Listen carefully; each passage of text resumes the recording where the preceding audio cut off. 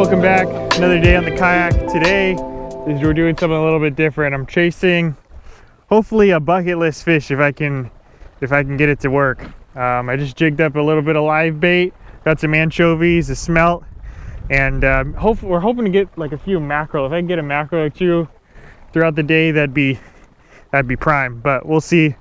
We're gonna work with the anchovies for now. I'm just pedaling over to the spot where we're gonna start fishing. Call me crazy, but we're gonna be targeting sharks today from a kayak, and not just any shark.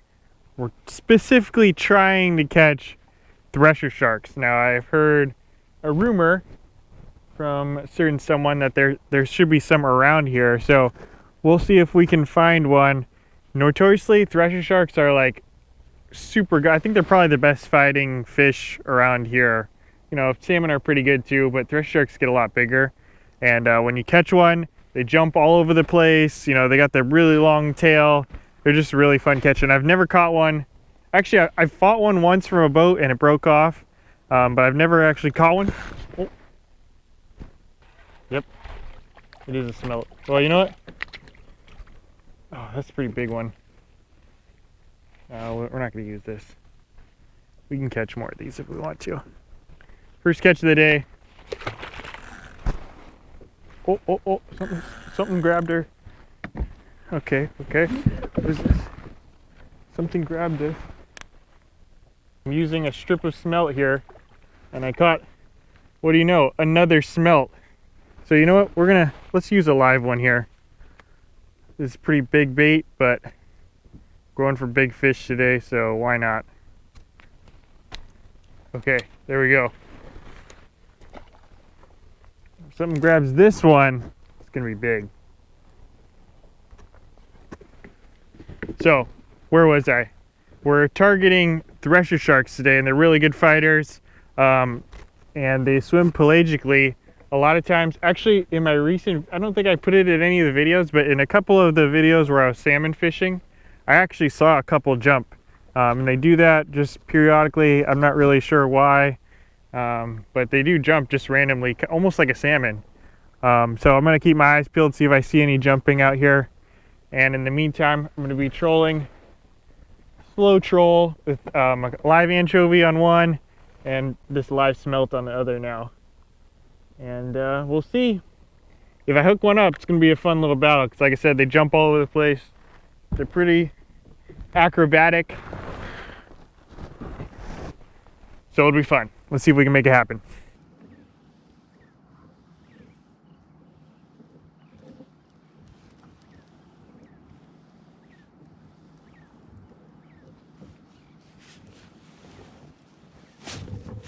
There we go. What is this? I think this is a halibut. Let's see. Pretty sure this is gonna be, yep, it's a halibut. So I dropped one anchovy down to the bottom while I got my other ones up top here. And that is a little halibut. Definitely undersized, but that's our first fish of the day. Oh, good to know that there's still some of these around. So I actually anticipate targeting these later in the day if I don't catch what I'm looking for here. This is just a little guy. Hopefully we can find some bigger ones.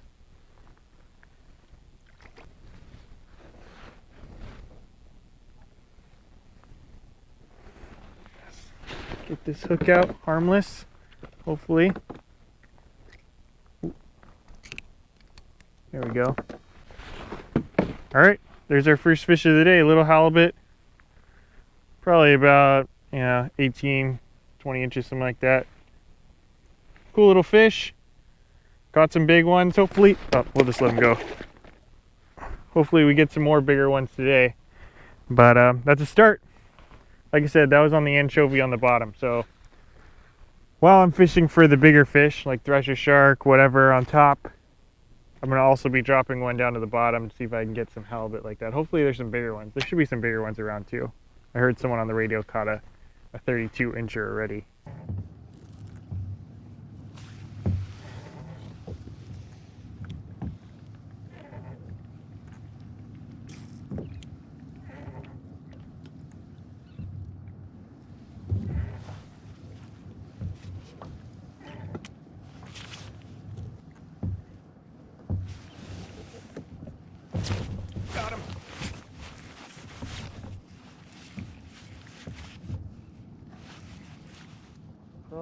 Probably another Howie. Feels like another little one. Same rig, anchovy on the bottom.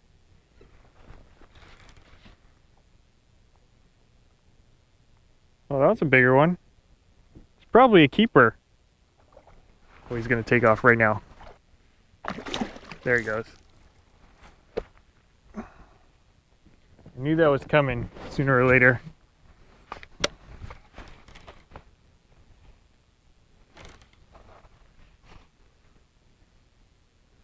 Yeah, you know, that's a keeper for sure. All right, we'll keep him. Why not? All right, guys, no gaff challenge. See if I can put him on the stringer without even gaffing him.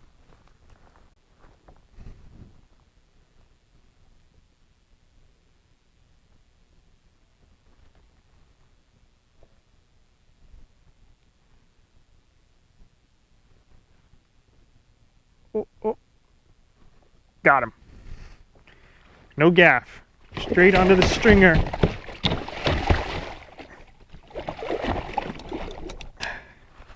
Too late. Already got him. Now I'll take him off the hook here. All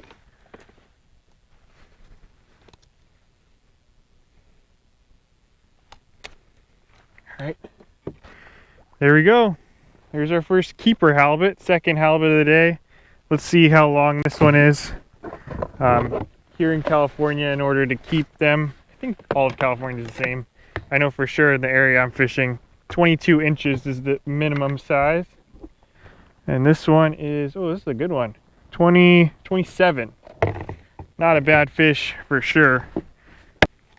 So I noticed in all, well actually my wife noticed in all of my halibut pictures, I'm always holding it with the white side out. And I don't know, for whatever reason, that's what most people do. But just for this one, we'll do it with the brown side. So there you go, there it is.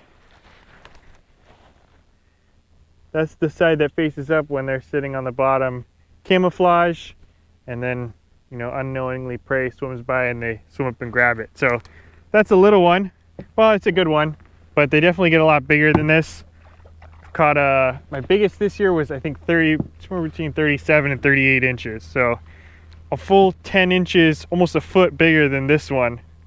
So they definitely get a lot bigger, but that's a nice one. That's good eater size. And when they get bigger, you know, the meat, any fish when it gets bigger, the meat quality tends to go down. They're still good, but this one, primo meat. So we're gonna bleed them and bonk them and get our line back in. So I know I said we're going for shark in the beginning. I did that for a little bit, but I didn't really see much. Usually if you're fishing for a thresher shark, you'll see them jumping. And I didn't see any this morning, so I kind of ditched that plan. I'm going for halibut now. If I get my 3, maybe I'll go in and try a little bit more, but for now we're gonna go for halibut. So there's number 1. So really quick, I'll go over the rig I'm using here. 30-pound main line. Well, actually, let's start from the beginning. So people have been asking, I've been kind of waiting I wanted to test it out before I kind of talked about it, but this is my new setup that I kind of got to replace the old one that I dropped a couple of videos back when I was salmon fishing. So I'm not sure this is going to be the end setup, but this is what I'm using for now. So the rod is a Lamy Glass X11. Nothing special. I mean, it is a nice rod. It's like $100 on Amazon or something like that. And by the way, I'll leave everything linked below if you want to check it out. Lamy Glass X11, 9 foot. This is the heavy model. So what I wanted to do is I wanted to get something a little bit heavier than the previous one that I had, because that one, I mean, it was fun to fight fish, and I kind of want to get something similar like that, just to play around with. But as far as catching fish, I wanted something that a little bit heavier than that one. So I think I got the heavy version of this one, and it's a little bit too heavy. I mean, it's got a little bit give, and it's a salmon rod, so it's got that parabolic bend in it. And it'll definitely work. I mean, I caught that halibut. I also caught a halibut previous video with this rod, lingcod, whatever. It'll all work, and it's a nice rod, but I kind of want something a little bit lighter than this one. So for now, I'll be using this one, but we'll see. In the future, I might get something a little bit different. And then the reel, really like the reel, but I did splurge on this one. It's not a cheap reel. Daiwa Alexa HD 400. And the reason I got this reel is because the gear retrieval, the gear ratio, is a lot faster than anything else I could find, on the market, anything comparable at least. It's 8.1 to 1 gear ratio. So what that means is every turn of the handle, one turn of the handle is 8 turns of the spool. So the reason I wanted a high gear ratio reel, not so much for halibut or lingcod or anything like that, that doesn't really matter that much. But for salmon, I wanted the high gear ratio because when a fish turns and it's swimming at the boat or at the kayak, I want to be able to crank it super fast to keep the tension on the line. And that doesn't matter so much for halibut or lingcod. Those are pretty much up and down fights, and you're using a barbed hook, so it's not as important. But as you can see, it's getting the job done. And then at the end, I have a little, it's just basically like a little Carolina rig or fish finder rig, whatever you want to call it. Super light today. Since we're fishing pretty shallow, I only have a 2-ounce weight here. And then my leader, usually I'd put this on a slider, but I just kind of rigged this up, just jerry rigged it after I was actually sabiking with the same rod. But just put the sinker right on there, and then about a 3-foot leader to our J hook there at the end, a little live bait hook, just a single hook. I mean, I did have one anchovy got sucked off, probably by a halibut or something. So I did miss one, but the other 2 hooked it no problem. Single hook. I know a lot of people like to use the stinger hook, and truthfully I like to do that too, but this one will also work. And the benefit of this one is it'll keep that bait alive a lot longer. When you stick a treble hook, especially an anchovy, it's not going to live very long. But the single hook, it'll stay alive pretty much the whole day if you have it down there. So anyways, we'll get it back down. Enough talking. See if we can get another decent halibut. Let's try to upgrade.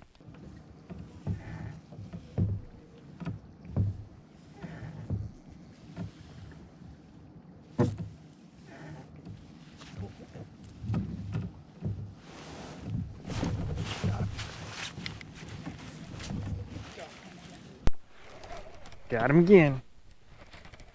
This one feels smaller.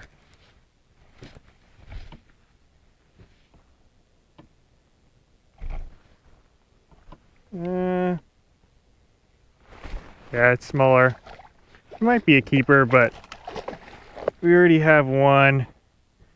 So I think we're gonna let this one go. Yeah, honestly, if I were to guess, I'd say it's probably a keeper, but we're gonna let this one go. Oh, for a bigger one. Barely got him. Halibut number 3 is bigger than the first one, but smaller than the second one. I think it's probably a keeper, but we're gonna let him go. And ready, and off he goes. One more shake, bro. We're gonna help him out a little bit. Look at that. Barely got him. There he is. Yeah, I'd say he's probably a keeper. Let's just, we're not going to measure him. He's probably a keeper though, probably like 22, 23 inches, somewhere around in that range. We'll toss him back. There he goes. Hopefully that good deed is going to pay back later with a bigger one. All right guys, quick little safety tip here. I know I've said it before, but really, really important to have radio when you're out here kayak fishing, especially if you're out here solo like I am today. It's always better to have a buddy with you, but if you are solo, guaranteed gotta have this radio with you. And a couple things to note, the fishing channels are a little different depending on where you are. A lot of times the kayak guys are on channel 69, but more importantly, the one channel that you need to keep in mind is 16, which is this one right here. This is the channel that you need to be on if you need to get help from the Coast Guard. This is the Coast Guard channel. Again, 16. If you're ever in trouble, need help, make sure you get on channel 16. But anyways, quick little kayak lesson for those of you interested in kayak fishing in the Bay Area. Actually, I'm not sure if 16 is universal like for the whole US. I know in the Bay Area for sure channel 16 is where it's at if you need help. But if you live elsewhere and you're fishing elsewhere, maybe double check, because you don't want to be out on the water and not know what radio station to be on. So pays to check first, check before you go. So anyways, quick little thing. This is I forget the name. I think it's called a Standard Horizon the name's right there. Standard Horizon VHF radio. I leave this linked in the description of all my kayak fishing videos, but I'll bump this one up to the top in case you guys are interested. Super important to have a radio, especially if you're kayak fishing out here on the ocean. So anyway, quick little note there. Check it out in the description if you're interested. I think I got another one here.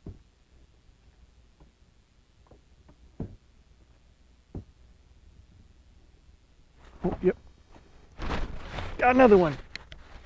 Hasn't even been 5 minutes since the last one.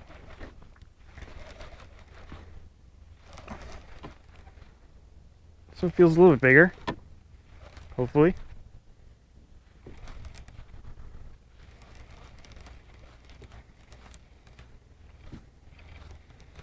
Maybe, maybe not.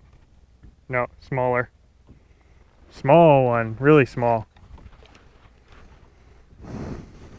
All right, well, that's fish number 4. Wow. That's the hardest out of all of them that I caught. That's the hardest any of them I've pulled.